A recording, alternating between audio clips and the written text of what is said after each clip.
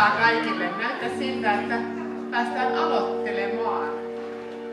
Ja ihan ensimmäisenä näin extempore pitää sanoa, että olipa ihana nähdä kaikkien teidän kasvot ja tuossa halata ja nähdä, että onpa paljon ihmisiä ja ystäviä, yhteistyökumppaneita. Täällä on niin paljon ihanaa porukkaa 30 vuoden takaa, että tuntui kyllä hyvälle äsken. No siellä tuoreempiakin on, mutta on 30. Tuoreitakin, ei täällä kaikki vanhoja ole. Mutta ensin koko ajan kun otettiin tuossa vastaan, niin oli sydämessä ja mielessäni kiitos ja kiitollisuus. Kiitos, että ollaan saatu olla tämmöisen joukon kanssa 30 vuoden aikana ja rakentaa, että se tulee tässä ensimmäisenä mieleen. Kyllä. Ja sanonkin tässä kohtaa vain, että juhla alkakoon, tervetuloa, nostetaan sille malja. Onnea 30. Onnea. Paljon onnea vaan, paljon onnea vaan, paljon onnea teon tuli, paljon onnea vaan. Kiitos. Kiitos ja tässä kohtaa siirrän tämän illan juonnonin meidän juonteillemme Ulla Aureolle ja Mika Pasaselle. Kiitos paljon. Aloittelen hieman ihmettelemään. Ajatelkaas, näin iso juhla ja näin iso sali. Hieno sali. Ja tietämällä tiedän, että tässä salissa ovat esiintyneet kutakuinkin kaikki tämän maamme merkittävimmät iskelmämusiikin, kevyen musiikin, tanssimusiikin tähdet ja orkesterit. Senkin tiedän, että täällä ovat kokoustaneet sekä juhlineet tuhannet ja taas tuhannet erilaiset yrittäjät, yhteisöt, hyvinkin merkittävät suomalaiset vaikuttajat. Mä mietin, että olisi aika luonnollista, että Tiia ja Markku olisi pyytäneet tänne näin merkittävyyden keskellä ollessaan juontajiksi esimerkiksi Ella Kannisen tai Mikko Kekäläisen tai Katja Stoolin tai Jaakko Loikkasen tai Vappu Pimien tai Mikko Leppiläinen. Mutta ei. Pyysivät meidät. Minua vähän naurattaa. Tiia ja Markku pyysivät meidät yhden mummon Nokialta ja jonkun kyläpäällikön tuosta naapuri Tantereelta. Tällä pitää pärjätä nyt. Eli kysymykseni kuuluukin ihan näin alkajaisiksi sulle, Mika, että miksi luulet, että tässä istut? Niin Julla, sä et ehkä muista, mutta minä juosin Markun 50-vuotisjuhlat, sinä juosit Markun 70-vuotisjuhlat. Ja me tässä palataan niin kuin vanha rikoksentekijä omille poluille. Minähän tulin poliisiksi tänne Hankasalmelle 85 vuonna. Sitten oli Hangan touhussa ja pistettiin Hangalla vaan elämään aika hyvin, 1000 asiakasta per ilta. Sitten Markku tuli tänne yrittäjäksi ja tietysti työni puolesta tässä luontevasti liikkuin ja tutustuin Markkuun. Ja yhtenä iltana sitten istuttiin tuolla yhdessä hotellihuoneessa ja oli vuoden verran katsellut tätä Markun hommaa ja mä sanoin, että saatteko hölmöttää helvetin rikas, kun sä et tee tälle mitään. Ja siitä lähti meidän ystävyys liikenteeseen. Muistaakseni mitä mä vastasin? Sitä ei, kerropa minulle. Molempia. No miehen tuntien niin varmasti juuri näin. Mutta siitä syntyi hyvä yhteistyösuhde, josta on syntynyt sitten vuosikymmeniä kestänyt ystävyys. Mä olin silloin 30. Me oltiin saatu Hangan lava Suomen yhdeksi suosituimmaksi lavaksi ja mä uskoin vahvasti, että Hankamotelliin saadaan samoja asiakasvirtoja. Ja mä olin Markun apuna sparraajana ideoimassa.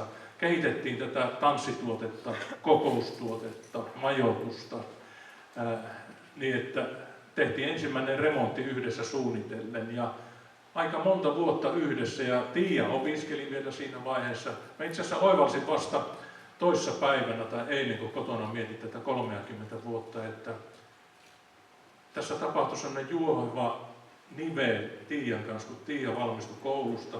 Minut vei sitten poliisin päällystötehtävät kansainvälisiin tehtäviin. Ei pitänyt koskaan muuten mennä Helsinkiin töihin ja siellä 25 vuotta meni sitten töitä tehdessä. Niin kun Tiia tuli, me oltiin vähän aikaa yhdessä Markun sparraina ideoimassa asioita kehittämässä. Ja sitten kun minut työ vei mennessään, niin Tiia ottikin ohjat sitten kehittämisen osalta ja Markun kanssa yhdessä. Ja kyllähän tämä jälki on tosi upeata ja olen niin vaikuttunut nyt siitä, miten uusi sukupolvi ja Marko on tullut tähän niin vahvasti vielä mukaan kehittämään, rakentamaan. Tähän on tullut niin kuin uusi vaihe tähän asiaan. Ja itse toki olen hirvittävän iloinen ja onnellinen siitä, että paitsi että ystävyys on jatkunut kauan, niin olen päässyt nyt takaisin Keski-Suomeen naapurikuntaan asumaan elämää ja olemaan paikallisyhteisön jäsenenä. Ja näin se vuodet ovat menneet, mutta mä luulen Ulla, että jos tässä ruvetaan katsomaan ystävyyksiä aikakisaa, niin miten kauan oletaan tuntenut tämän Kinnusen perheen? Kauan. Hyvin kauan. Meillä totta vieköön on pitkä ystävyys keskenämme. Kun mä tuun tänne, ja usein tulen, esittelen aina, jos on tullut uutta henkilökuntaa, että nimeni on Ulla, melkein perhettä. Kinnusethan yrittivät ja vaikuttivat tätä ennen tänne tuloaan niin Nokialla. He olivat hyvin tunnettuja siellä, hyvin yritteliäitä, hyvin näkyviä. Ja itse muutin perheeni kanssa 45 vuotta sitten Nokialle ja tämmöisenä vilkkaana viipottajana kuljin kaupoissa ja sanoin päivää ja yritin jutella ihmisten kanssa ja musta tuntui, että se hämäläinen mentaliteetti ja minun vilkkauteni eivät oikein kohdanneet. Mä luulin, että ne nokialaiset olivat myykkejä. Sitten keskellä kylää löytyy sellainen Iisopi-niminen ravintola ja siellä kohtaan ihmisiä. Arvaatte ketä? Teollisuuskaupungin keskellä oli herkkukeidas, parhaiden patojen paikka. Ja löysin tosiaan sieltä Kinnuset. Silloin Markun ensin, Markun sisaret, Leenan ja Seijan. Tietenkin Maire-mummun, eli Markun äidin. Kohta tunsin luonnollisesti Markun vaimon Sirkan. Missä Sirkka on? Siellä joo. Hyvä. Sirkan tunsin sitten nämä tyttäret, Annukan, Tiian ja Hennin ja niin edelleen ja niin edelleen. Olin ihastunut ja arvaatte varmasti muun muassa siksi, että he puhuivat. Sen verran oli tätä jo tämmöistä savolaista verentynkää nähtävissä siellä Nokialla, että ehkä se on ollutkin veri, joka on vetänyt paljon. Mutta joka tapauksessa maadotuin suoraan sanoen Kinnusiin. Ja ennen kaikkea Maire-mummuun, menetin jo hyvin nuorena, niin mä kysyin Maire-mummulta, että olisiko mitenkään mahdollista, että saisin adoptoida hänet äidiksi. Ja sehän Mairelle sopi. Ja hän otti kuvani sinne seinälle, missä oli jo Markun ja sisarusten kuvat. Ja se on yksi elämäni, voisin sanoa, koko kohti. Että kiitos Kinnuset. Mutta nyt Mika, sulle kysymys. Sä tunnet hyvin perinpohjaisesti Kinnusia ja erityisesti hyvin syvästi Markun. Sä pystyt varmaan paljon maailmaa nähneenä arvioimaan ja kertomaan, mitä kaikkia ominaisuuksia erityisesti arvostat heissä. Kyllä heti nousee 3 asiaa teemaan pintaan. Ne ovat reiluus, avoimuus ja innovatiivisuus. Tiia tuossa toissa iltana kertoi tarinaa verotarkastajasta. Hän sanoi, että heille sanotte, että te olette tyhmän rehellisiä. Minun arvomaailmalla on parempi olla tyhmän rehellinen kuin jäädä tyhmistä asioista virheistä kiinni hölmöilleen. Sitten tämä avoimuus. Tämä on kaikki hirvittävän avointa. Markku kun rakenti golfkenttää ja kertoi sen kustannukset, jotka oli hyvin kustannustehokkaasti rakennettu. Niin kuin itse asiassa Markun aikana kaikki on rakennettu hyvin kustannustehokkaasti täällä. Oltiin kerran Halavalla, mutta niin kuin Markku sanoi, aivan upeita. Me oltiin kerran Helsingissä. Missään ei ole niin hienoa kuin se halvalla. No ei tietenkään. Mä olin kerran seuraamassa sitä halvalla ostamista, kun Markku purki Kumuluksen merihotellia tuolla Helsingissä. Ja harmittelen, että ne sinivalkoiset markiisit on jo hävinneet täältä kartanolta. Eikä niitä aika oli. Katalla on terassilla vielä. Eikö niin? Aivan. Muistellaan niitä. Ja mulla on vanha merihotellin sänky edelleen. No mutta sitten tämä innovatiivisuus, se että ollaan tehty halvalla hyvää, on tehty myös todella hyvää. Siinä on käytetty kustannustehokkaasti ajatuksia, ideoita. Ja tämä kehityskaari 30 vuoden aikana, kyllähän tämä on hämmentävää. Ja tässä bisneksessä, niin kuin varmasti kaikessa bisneksessä, myös julkishallinnossa, täytyy pystyä uudistautumaan. Ja tämä 30 vuoden matka, tämä on uudistautumisen tarinaa, onnistumisen tarinaa sitä kautta. Ja nyt kun katsotaan golfia, ikluja, saunamaailmaa, joka tunnetaan valtakunnallisesti, niin onhan tämä häkellyttävän upea paikka, josta me voidaan olla hyvin ylpeitä. Mutta Ulla. Mä palaan vielä tässä jutustelussani siihen aikaan, kun Kinnuset olivat Nokialla. He nimittäin myivät tämän Iisopin ravintolan ja lähtivät Sirkka, Markku, kaikki 3 tytärtä, siis koko perhe vuodeksi Kaliforniaan. Muistan, kuinka ihailin sitä päätöstä, sitä rohkeutta. Ja uskallan sanoa, että ehkä myös vähän, jos positiivinen kateus sallitaan, tai sitä on olemassa, niin tunsin positiivista kateutta. Mutta etäintensiteetillä elin mukananne koko sen vuoden. Ja nyt on kyllä helppo jokaisen laskea, mitä tapahtui tämän jenkkivuoden jälkeen. Poika nimeltä Markku jätti taakseen raskaat, yrittäjätaipaleen raskaudet ja sinne rapakon taakse ja tyhjensi niin uskon mielensä siitä menneestä. Hän oli valmis uusiin haasteisiin ja tässä sitä ollaan 30 vuotta myöhemmin. Mä luulen, että päästäänkö me jollekin matkalle nyt. Eiköhän lähdetä 30 vuoden aikamatkalle, Tiia ja Markku. Isä, meidän täytyy pysyä asiassa tässä sitten, että noin jaksaa kuunnella. Kerrotko mulle vielä, että siis miten me tänne jouduttiin? Ymmärsinkö niin, että myös tämä Hankamotelli on ollut vahinkolapsi, niin kuin mäkin? Kyllä sä oot oikein ymmärtänyt, että molemmat olitte vahinkoja, mutta onnellisia. Se, että miksi tultiin Hankasalmelle ja Hankamotelliin, sitä sä varmaan seuraavana kysyisit.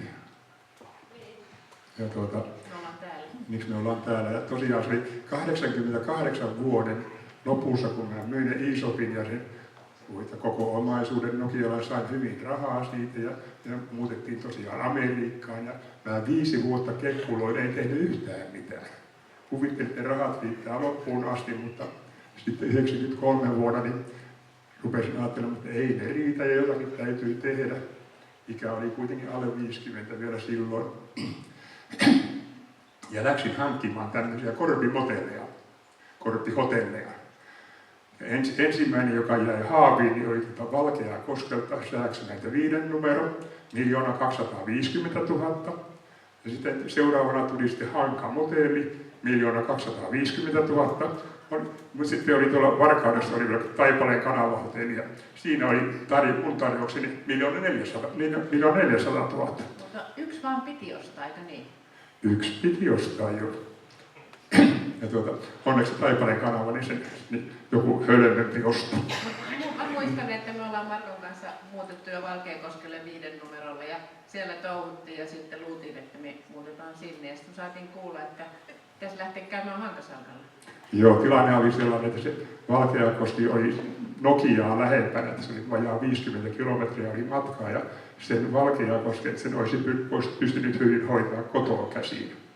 Ja sen mä olisin halunnut pitää ja tätä Hankamotellia läksin pikkuhiljaa kevyesti jalostamaan. Mutta palataanpa isä siihen, että sä kerroit meille, että nyt on käynyt niin, että kävin Hankasalmella pakkohuutokaupassa ja jouduin sopimuksen mukaan ostamaan tämmöisen paikan. Me oltiin järkyttyneitä koko perhe. Me ei haluta Hankasalmelle ja me ei haluta Hankamotelliin. Me lähdettiin autoon. Enni oli silloin 10-vuotias ja Marko oli silloin mun poikaystäväni ja äiti ja horautettiin pihaan. Muistaaks kukaan mitä äiti sanoi? Äiti voisi itse, tai voi kestää sinä sen, voit sanoa, kun sinä kuulit sen, että tässähän sitä ollaan, minä en mene tuonne sisään. Minä en nouse autosta, sanoi äiti, tämä on nähty. Eikä noussut. Että tämä laitetaan myyntiin. No. Mutta se, että se huutokaupatilaisuus, mikä silloin oli tästä Hankamotellista, se tosiaan oli tuossa mä kuvaan varmaan toi Päivisen. Juha on siinä nimismiehenä ja minä olen allekirjoittamassa sitä kauppaa siinä. Siinä tilaisuudessa oli tosiaan, siinä oli niin paljon ihmisiä, että ne ei kaikki edes mahtuneet sinne nimismiehen kansliaan. Jari-Pekkaa mä näen, tuossa Jari-Pekka oli käsi pystyssä, tuolla oli mukana siellä ja muistat varmaan sen tilaisuuden, kun tosiaan kaikki ei sopinut edes sisään ja se huutokauppa oli sellainen, että lähdettiin joku 5 000, 10 000, 20, 50 000 taisi nousta tarjous. Minä huusin sitten 800 000. Ja koko sali hiljeni. Nimismies sanoi, että ensimmäinen ja toinen. Mä oota vähän, minun täytyy korottaa. Minä olin luvannut pankille, että mä maksan sen 1 250 000. Korotin oman huutoni päälle 1 250 000. Kari, muistatko? Muistan. Tämmönen tuli. Oi. Ja itse asiassa tässä kuvassa nähdään, niin ollaan jo remontoitu hirvittävän paljon pahimpaa ja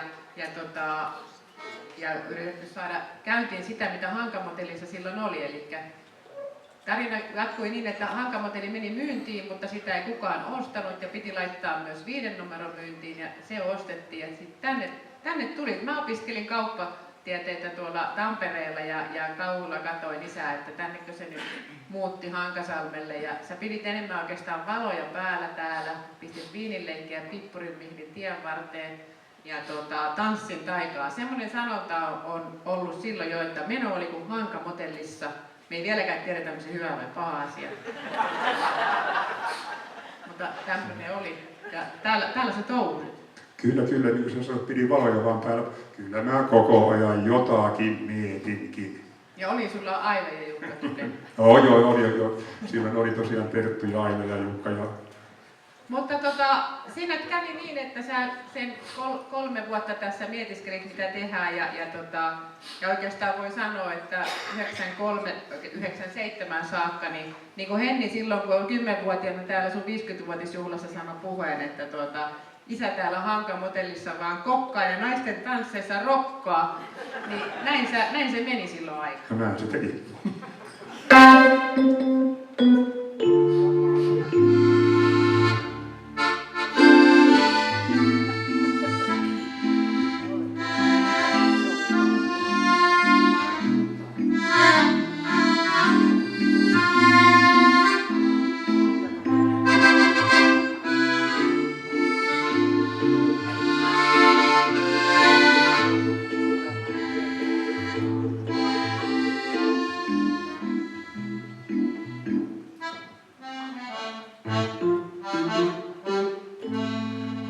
Markulla oli kaverikin, joka oli hyvin kärttyinen Markulle, että mitä sä tämmöiseen paikkaan tulet? Vai oliko niitä useampiakin? No oli varmaan, mutta sinä varmaan tarkoitat tätä Kari Miettistä, joka oli hän oli ravintolalaitekauppias, eli Kari Miettisen oli oma maahantuontifirma ja se Electrolux oli sen päätuote, mitä hän myi. Ja me oltiin Karin kanssa ystävystytty jo Nokian aikana, koska hän myi meille hyvin paljon ravintolalaitteita myös silloin. Ja sitten ei se ymmärtänyt ollenkaan, että miksi nämä tänne korpeen tulee. Ja se oli, Mika, sanoitko sinä vai kumpiko sä sanoit, että ihan hölmölähän se on. Taittiin tuommoisia jutella. Mutta täällä oltiin. Joo, täällä oltiin. Ja Kari kävi täällä muutaman kerran ja kerkisi myydä joitakin laitteitakin. Ja tehtiin Karin kanssa 2 Amerikan matkaa. Käytiin messuilla sieltä tämä Meksikon ravintola-idea tuli sieltä ja sitten mä ostin yhden semmoisen miljoona-hankkeen, joka ei tuottanut yhtään mitään. Semmoinen Meat Tenderizer, semmoinen iso maahantuonti-homma keksi. Siinä lihaa nujittiin ja mä kiersin messuja ja tein oman televisiomainoksenkin siinä, itse luin sitä mainosta, mutta ei se lähtenyt kaupaksi. Monenlaista on kokeiltu silloin. Aina vähän aikansa Eela oli isä, että oli meksikolainen ravintola ja vaikka mitä, mutta se oli sitä aikaa, kun sä täällä yksin kokkasit ja rokkasit. Mutta sitten 97 mä valmistuin ja sitten oli semmoinen pohdinnan paikka, mitä tehdään. Ja siihen aikaan niin Suomi oli lähtenyt nousuun, että oli työpaikkoja vastavalmistuneille kauppateiden maisterille oli tarjolla. Ja kyllä sitä opiskelukaverit ihmetteli, että lähdet sä oikeasti sinne Hankamotelliin. Niin me tehtiin yhteinen päätös ja isä sanoi, että jos me tänne jäädään ja lähdetään tätä kehittämään, niin meidän pitää ottaa suuruuden filosofia. Ja se sana oli aina vaatimattomasti aina. Suuruuden filosofia, se on se, millä me pärjätään jos jollain. Ja pitää vaan miettiä ja kehittää semmoisia juttuja, että ihmiset tulee kauempaan. Me ei pelkästään hankasalmelaisilla eletä, me tarvitaan myös muita ihmisiä. Ja sitä me lähdettiin sitten yhdessä miettimään ja mä jäin tänne siinä ja sitten lähdettiin niinku uuteen alkuun. Ja tehtiin myös siitä päätös, että Hankamotellilla ei mennä. Oltiin saatu kuulla tarinoita, että se oikeastaan hetken ennen kuin se nimi parannetaan ja tehtiin Revontuli-nimi. Joo. Ja siinä tosiaan tämä suuruuden filosofia, niin siinä se Hankamotelli oli tosiaan aikaa ennen meitä kerännyt tehdä 5 konkurssia. Ja no siinäkin tämmöisen konkurssipesän ostaa vielä, niin sekin on yhtä hölmöistä, mutta se mikä niihin konkursseihin vaikutti, niin tässä oli aivan liian isot kulut ja liian vähän asiakaspaikkoja, ja sitä me lähdettiin niin kuin paikkaamaan. Ja tietysti taustalla oivallus siitä, että noin 100 kilometrin säteellä tässä on vajaa 1 miljoona suomalaista potentiaalista asiakaskuntaa. Kyllä.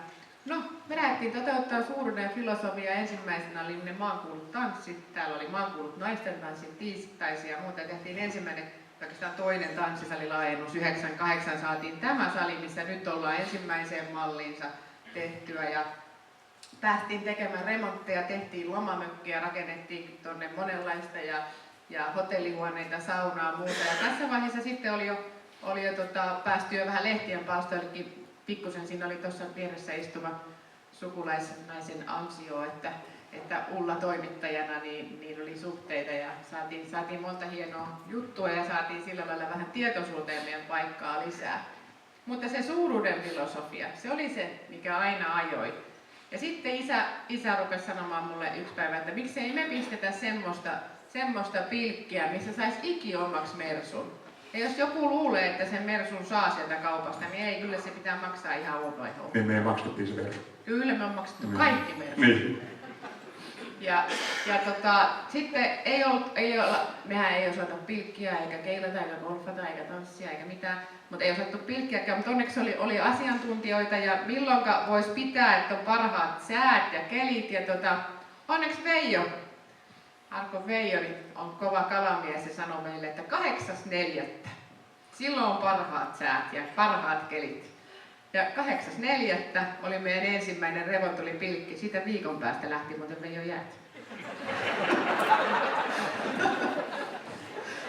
Ja ensimmäinen revontulipilkki oli ikiomaksi mersu ja paikan päällä oli 4000 pilkkiä. Ja se oli meille paljon. Se oli meidän ainoa kannattava pilkki. Enempihän me odotettiin, mutta se oli ihan tyydyttävä määrä. Mutta me hämmästyttiin siinä, että voi hitsit, että me ei kyllä näille resursseilla saatu myytyä tarpeeksi makkaraa, olutta, juomaa. Meillä jäi vähän niin kuin saamatta rahat niiltä pilkkikansalta. Että tämä täytyy korjata ensi vuoteen tämä idea. Ja isä sanoi, että tehdään semmoinen tuulensuoja, tehdään semmoinen teltta tuohon jatkossa, semmoinen, mihinkä laitetaan makkaraa ja kaljaa ja muuta myyntiä. Lämmitetään se siihen päiväksi sitten. No, lähdetään tekemään ja sitten lähti ihan lapasesta tämän vuoden aikana, niin kuin kaikki. Ja tehtiin tuulen suojaa ja tonne tuli Aurorasali, missä oli 1000 neliön koivuparketti omista koivuista käsittääkseni. Ja tuli akustiikkalevyä ja siinä sitten sinfoniaorkesterit ja muut sai esiintyä. Tämä oli aikamoinen koitos, me jouduttiin hakemaan nöyrästi pankista apua tähän. Ensimmäistä kertaa. Kyllä, me ei oltu saatu aikaisemmin sen.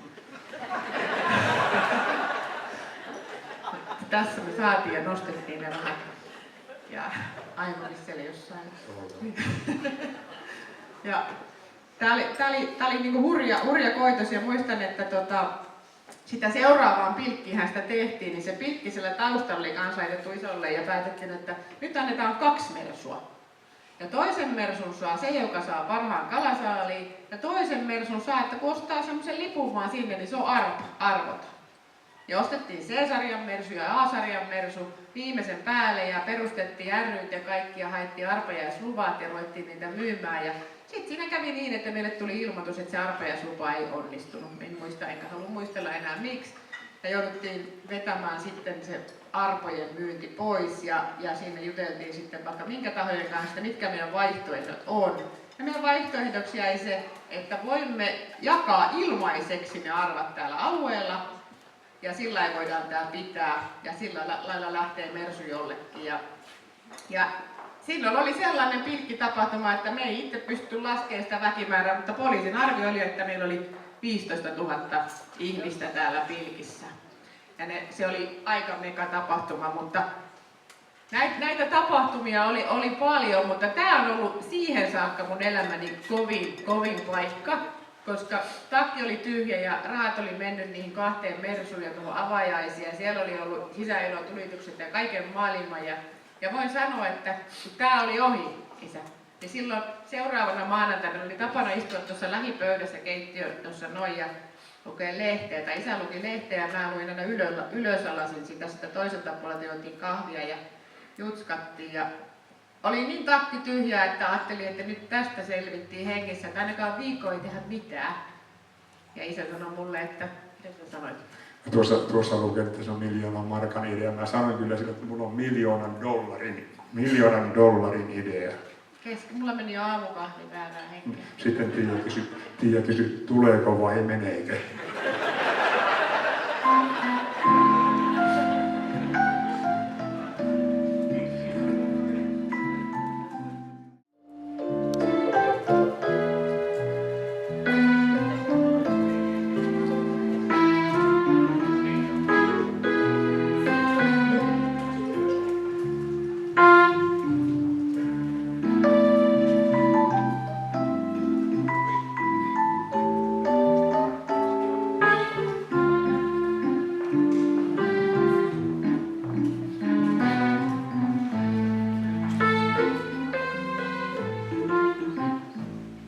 Meillä tänään housebandina koskettimissa Ari Korhonen ja passossa ja monessa muussa soittimessa Jaakko Herkkilä, eikä anneta pojille apua.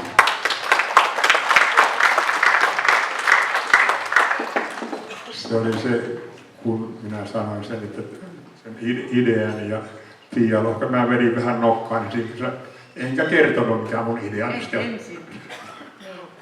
Mutta mua rupesi kiinnostaa se silti, vaikka oli ihan loppuun. Ja sanoin, että no sanon nyt, että mikä juttu se on. Ja sitten mä kyllä vähän petyin siihen ideaan, kun se sanoi, että no meillä olisi ollut 7 aittamökkiä tyhjänä, oltaisiin saatu hirveästi rahaa, kun niissä olisi ollut pilkkiä. Mä sitä 28 kertaa tai 50 markkaa siihen aikaan, että no olispa tullut, että 1 000 000 idea. Mutta sitten sanoi, että ei kun sitten tuommoisia aittamökkiä, kato Lampisen Hannu rakentaa niitä vaan nopsaa ja sitten vuorataan lumella niitä ja hae patentti. Tiia, hae patentti, ruvetaan näitä myymään. Mä sitä, hae itse patentti. Lähden siitä. Mutta sitten koottiin itsemme ja vuoden päästä meillä oli iglut. Ensimmäiset iglut. Ja tää oli ihan... Niin ja olihan täällä innovatiivinen lumitykkikehitelmä. Keksittiin uudelleen pyörä tai uudelleen lumitykki. Kyllä mä yritin esittää, että tuolla olisi häkärin teilläkin lumitykki, mutta pojilla oli niin hauskaa lumitykin keksimisessä, mutta tuliko sitä muuten koskaan lunta? Tuli. Se oli ihan muutama hiutale ja me juhlittiin kyllä sitten sitä ja korkattiin ja juhlittiin lumentumaan. Olikohan siinä, että projektin aloituskin juhlittiin? Kyllä. Se oli erikoinenkin. Joo. Koska kyllä mäkin sen muistan, kun te tuolta Pakkasesta Erkin kanssa tulitte Toivosen Erkin kanssa ja tulee hiutaleita. Joo, mutta ei se auttanut. Sitten jouduttiin kutsumaan Silipastin Tuomo tuohon tälle kauhakuormaajan kanssa, niin lappas lumet noiden aittojen päälle. Ja mistä tuli hyvä? Tuomakin täällä on, se on toi syyllinen. Ja sitten kun ne lumet oli laitettu 7 iglua, niin sitten Hannu teki muistaakseni, Hannukin on täällä, niin kaivonut esille nuo ovet tuolta. Että saatiin. Muistaako Hannu? Muistaa. Sinä olet ollut Lapiomiehenä tonne, että päästiin. Ja sitten meillä oli 2002 Revontuli Pilkissä, niin meillä oli 28 vuodepaikkaa lisää. Juu. Ja Paljon tuli rahaa.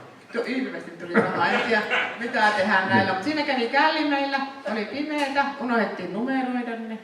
Joo. Ja ei se tullut vessaakaan, ne miehet oli ihan eksyksissä ja pisseli pitkin lumivankeita. Mutta myytiin kuitenkin.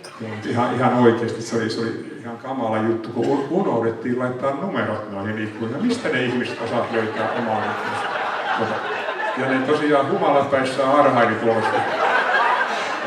Maanantaina me varovasti katsoa, ettei kukaan tukehtunut. Niin, keväällä katsottiin, mitä lumeilta paljasti. Mutta hei, mä päästäisiin ihan paljastan tämä idea, että miten hieno tämä on, kun se tosiaan pantiin tuo lumikerros siihen päälle ja siinä oli tämmöinen... Joku muu voi hakea patentin. Siinä oli tämä aittamökki oli siellä ja sinne pantiin semmoinen pieni sähkölämmitin ja se lämmitti sen verran, että tämä lumikerroksen ja tämän lautan, siihen tuli 10 sentin ilmarako.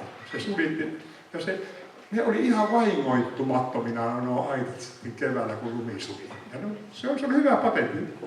Koittakaa tehdä. Joo.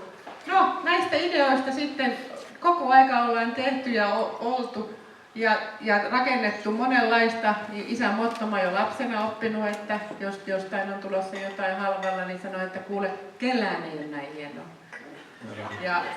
Ja silloin aina tiesi, että nyt on halvalla. Mutta näin on rakennettu paljon hienoa, mutta meillä on ollut hyvät apujoukot mukana näitä tekemässä. Että ollaan rakennettu paljon tänne alueelle. Virmasuvilla savusauna on tehty aikanaan, että siellä on ollut auttamassa täälläkin Hannu ja monia muita ja Esa ja näitä juttuja ollaan tehty. Joo, tosiaan ne, mitä minä olen niin sanotusti halvalla, kyllä niille kaikille on hintaa tullut. Mutta niissä kaikissa on tarina. Mutta hän ei sitä rupea kertomaan, mutta Tiia sanoo, että älä kerro kaikkea. Mutta sitten, kun näitä tehtiin tässä vuosien aikana, ja oltiin voin sanoa, että aina tehtiin pääasiassa tulorahoituksella, eli sitä mukaan kun tuli, niin meni, ikinä ei ole ollut tilillä rahaa. Ei ennen eikä nyt en tiedä. Tarvitseeko sitä olla? Ei tarvitse, voi olla täysin onnellinen ilman. Niin sitten isä sanoi mulle, että eikö olisi kiva, kun olisi golfkenttä.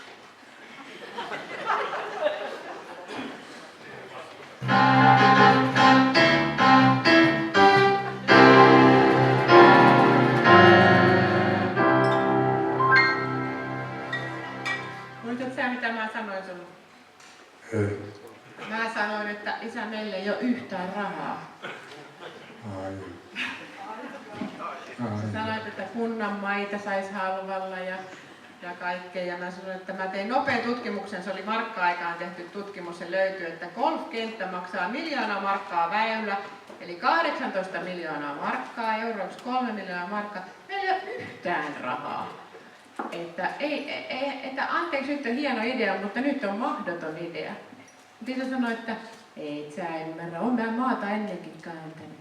Ja Tuomolla on 4 kaivinkonetta, ihan Jonni Joutanen, oottaa tuolla. Äkkiäkäs me nyt Tuomon kanssa se käännetään. Laitetaan. Sitten huomasin istuvani tilintarkastajan kanssa miettimässä, miten perustetaan golfyhtiö. Niin.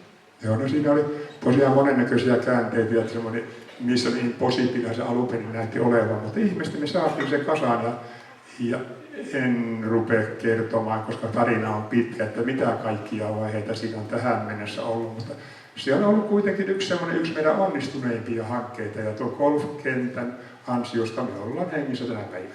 Kyllä, minä myönnän kaikki virheet ja epäilykseni tämän suhteen. Golfkenttä oli tärkeä ja maksettiin se vihdoin.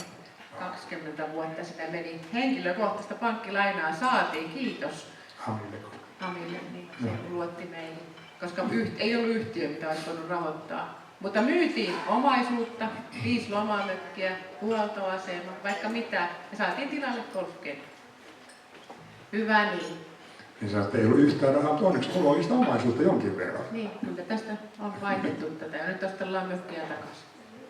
Kuinka monta golfaajaa on salissa? Oi! Onko kiva, että on golfkenttä? Teitä varten uhraus. Ehkä sen verran voi kuitenkin sitä rakennusvaiheesta, Markku, mainita, että kyllähän sulla oli aivan Suomen tai kansainvälisen luokan suunnittelija suunnittelemassa, Atte Lukka. Joo, sekin on semmoinen vähän harvinaisjuttu, tämä Ate Lukka, joka suunnitteli tämän kentän. Hän ei ole suunnitellut yhtään ainoaa golfkenttää minnekään. Tämä on tää rehellistä. Mutta Atella oli muita avuja. Hän oli siihen aikaan, kun me kenttää tehtiin, niin Suomessa oli 120 golfkenttää. Ja Ate sanoi, että hän on ainakin yli 100 golfkentässä ollut valvomassa ja työtä johtamassa. Että hänellä oli valtavaa kokemus golfkentän rakentamisesta. Mutta yhtä ainutta hän ei ollut piirtää. No, golfkenttä saatiin valmiiksi ja tässä kohtaa oli vähän semmoinen huilaus- ja etappipaikka. Ja sanotaanko niin, että otettiin sulta... Kerronko minä itse, mitä mulla on käynyt? Mä kyllä mitään otettu sä sitten vaan... No kyllä se oikeastaan oli, että eiköhän sun työt ollut nyt tehty ja minä käsitin ne sillä tavalla, että minut on asetettu holhouksi.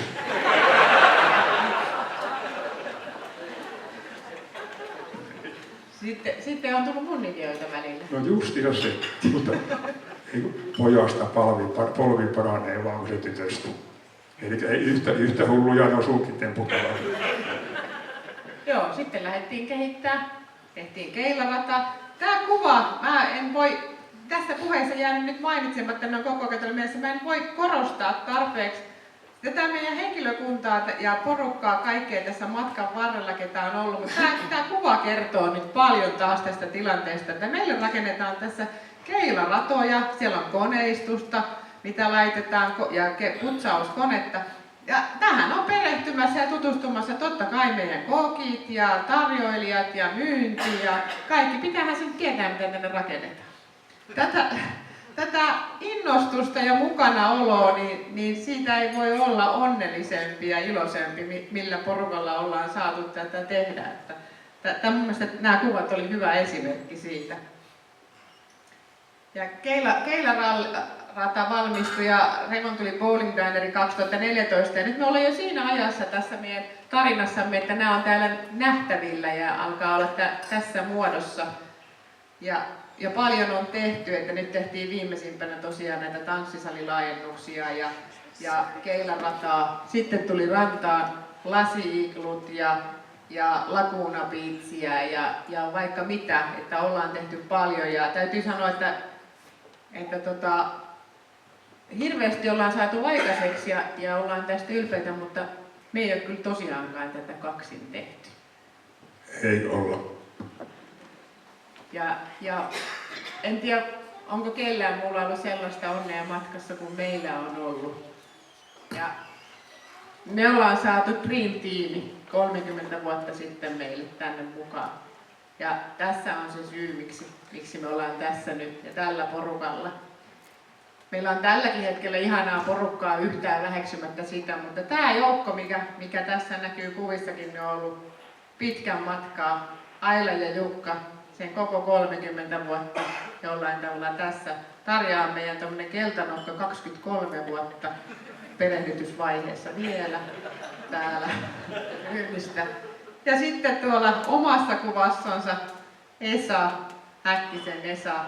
Esa on ollut kaikissa, voi sanoa, kädenjälki näkyy täällä näissä, mitä ollaan rakennettu ja tehty kautta linjan. Ja sen lisäksi, että on rakentanut, niin on lähtenyt näihin meidän hulluihin investointeihin mukaan myös, että on golfari, on keilaa ja tänä päivänä tärkeä linkki hankasalmelaisiin nuoriin. Täällä pitää tutustumisia ja perehtymisiä kaikkiin lajeihin, että siitä kiitollisena. Ja mun mielestä tämä niin onkin tämä tärkeä, että voisiko meidän tämä Dream-tiimi, Aila, Jukka, Tarja, Esari, te voisitte kyllä tulla esittäytyä.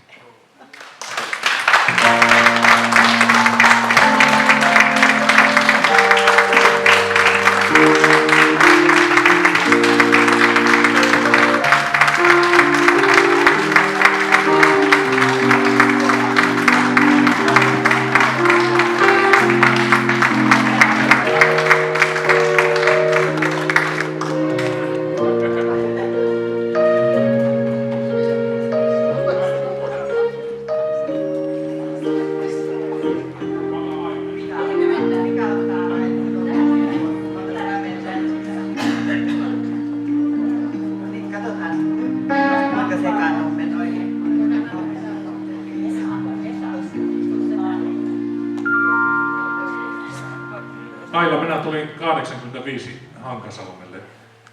Mun mielestä sä taisit olla täällä jo silloin töissä. Niin, mä varmaan olin. Varmaan. Eiköhän me anneta Ailalle tämmönen uskollisuusmitali Lappilalla.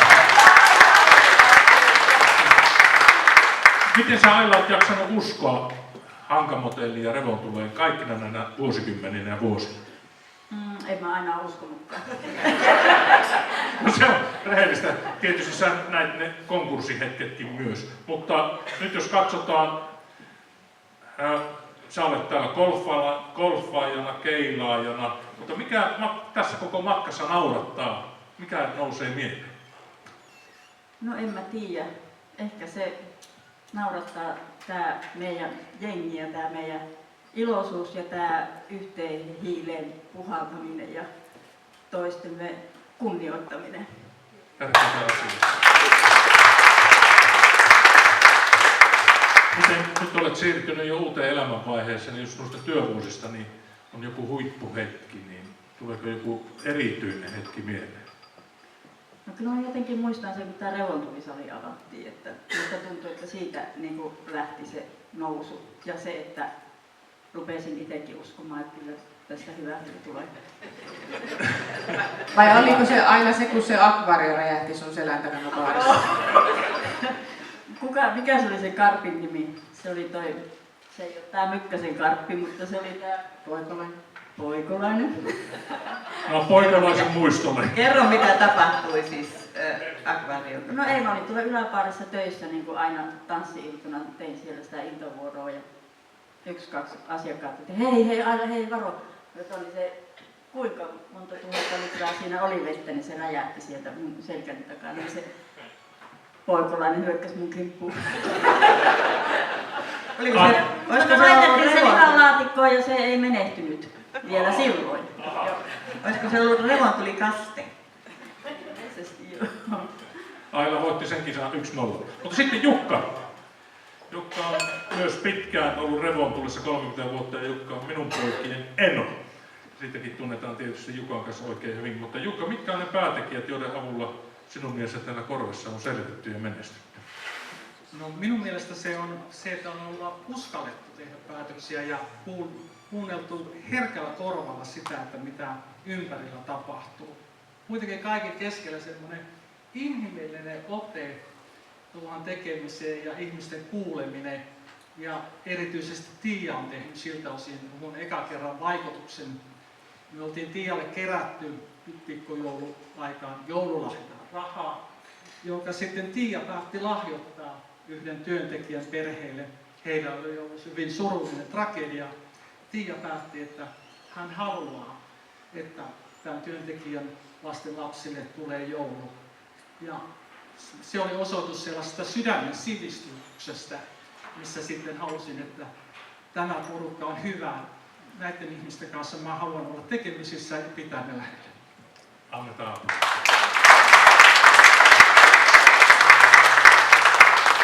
Vuosiin mahtuu monenlaista hyvää ja joskus ei aina niin ole mennyt putkeen, mutta täällä on joku mystinen taksijuttu. Miten se meni? Joo, tää on hauska. Kaikkein hauskinta on aina, kun työkaveri töppää, ja vielä hauskempaa, kun me itse töppää.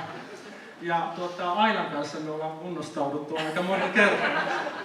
Meillä oli yhden kerran tilanne lounalla, että paikallinen talousvaikuttaja jo edesmennyt oli lounaalla ja Aila tuli mulle sitten sanomaan, että se tilasi häneltä jotain, mutta mä en muista enkä kehtaa mennä kysymään sitä. Ja mä sanoin, no mä käyn kysymässä ja no hän sanoi, että hän tilasi taksi.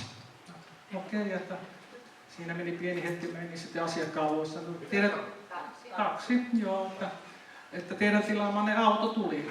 Ja sitten Arisa sitten mulle sanoi, että ei hän ole tilannut taksia, vaan hän on tilannut snapsin.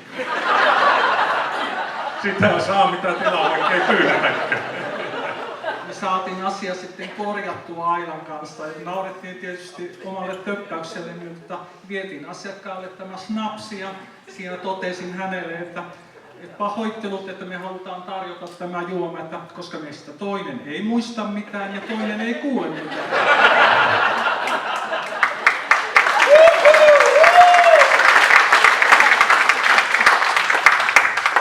Ja Tarja, sun elämäntehtäviin täällä talossa on kuulunut hyvin pitkälti tämä myyntityö, talosta kertominen halukkaille tänne tulijoille, mutta myöskin sä olet toiminut ohjelmaostajana.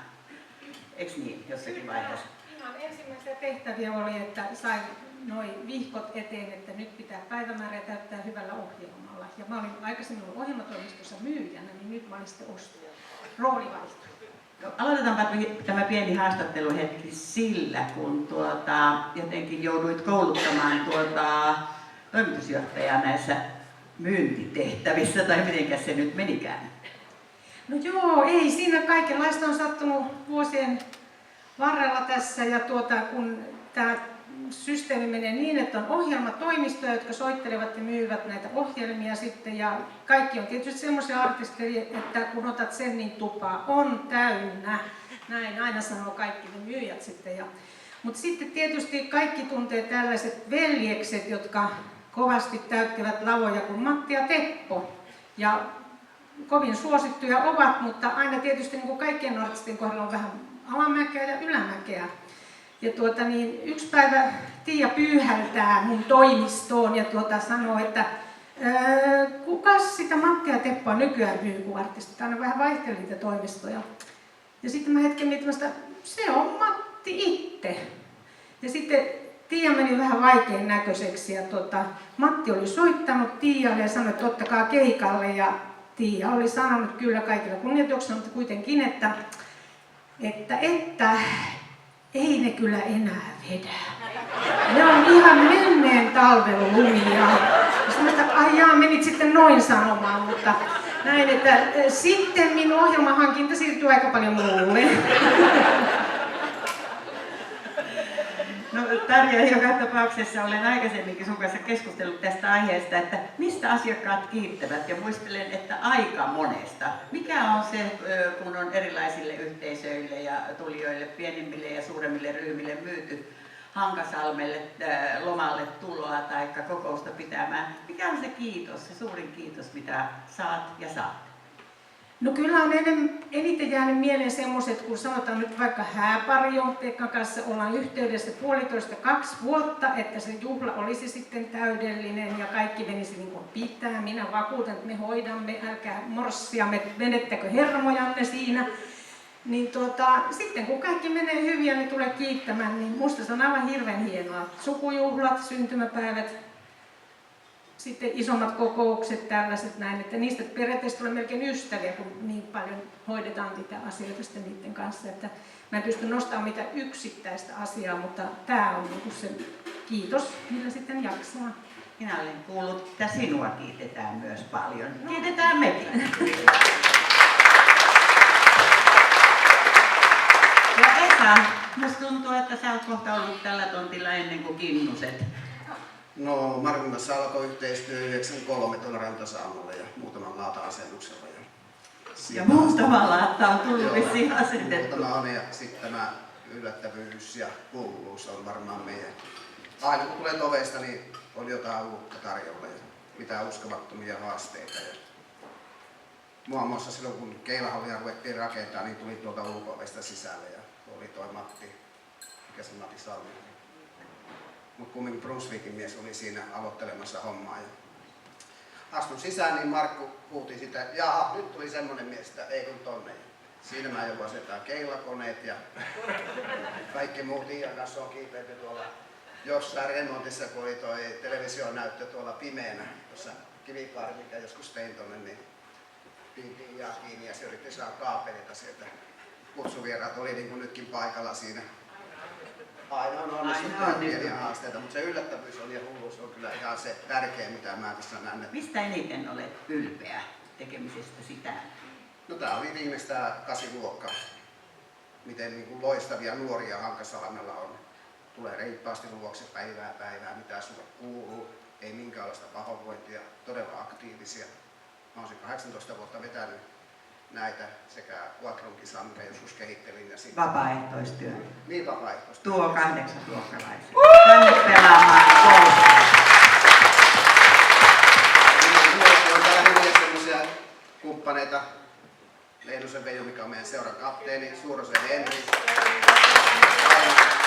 Aina kun tulee herroja talkoisiin, niin aina tulee apu. Ja paljon muita, tietysti Tuomo on tuttu aikanaan ja kaikki. Erittäin hyvä tiimi. Kuulkaapas Dream Team. Voin kertoa, että joka ikinen kerta kun tulen tänne, keskustelen Tiian kanssa milloin aamukahvilla, milloin iltakahvilla, milloin ruokapöydässä, milloin muuten vaan. Aina teidän Dream Teaminne tulee mainituksi. Kyllä teissä täytyy olla jotain enemmän kuin kultaa. Onnea ja kiitos.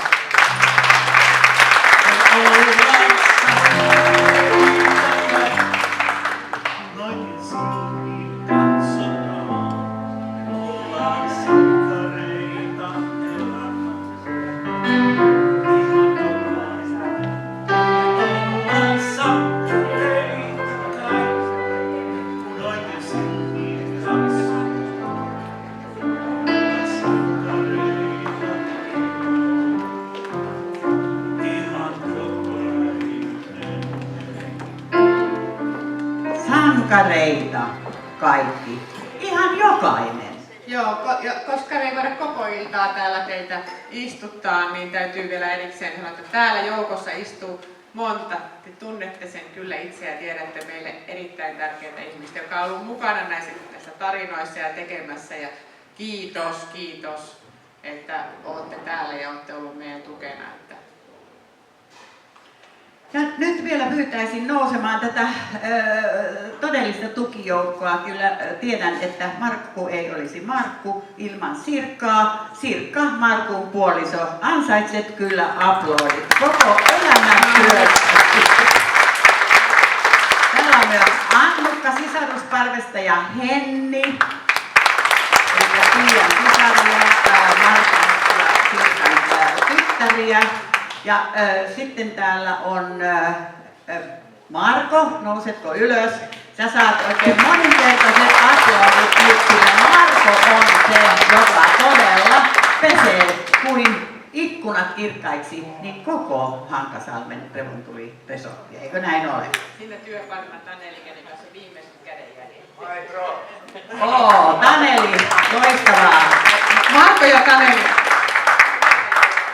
Taneli, nouses pystyyn. Hei, Taneli, tule vähän tänne päin. Mä haluan esitellä tää sun asusteesi, se on täydellinen. Täytyy sanoa, että nyt on viimeisien vuosien aikana tehty sellaista näkyvää remonttia ja muuta, niin tässä on tää tiimi. Ja siellä istuu vielä Ari Rämö, Hennin puoliso, kuuluu perheeseen. Nyt on pieni näytös. Mila, voitko tulla ja pyörähtää tässä? Niin kuin prinsessa. Hän on Hennin nuorimmainen lapsi, tytär, Amerikan... Oi!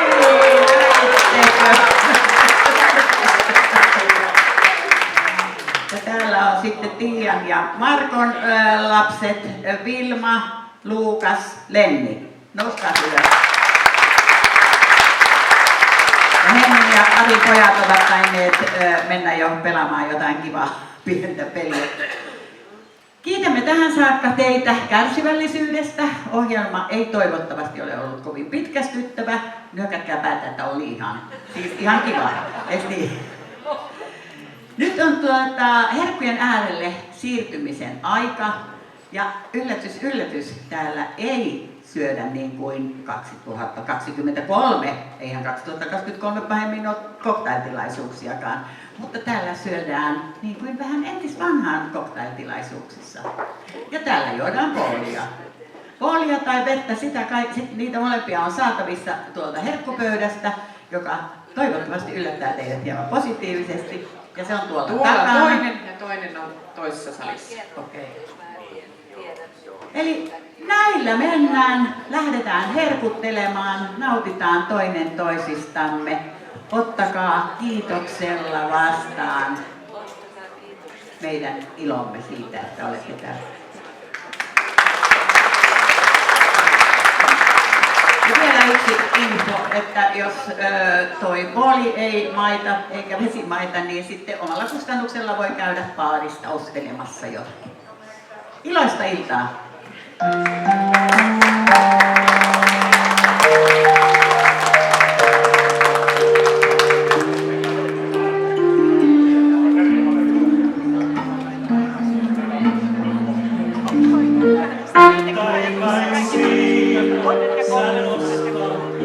Ja saa laulaa pitkin iltaa.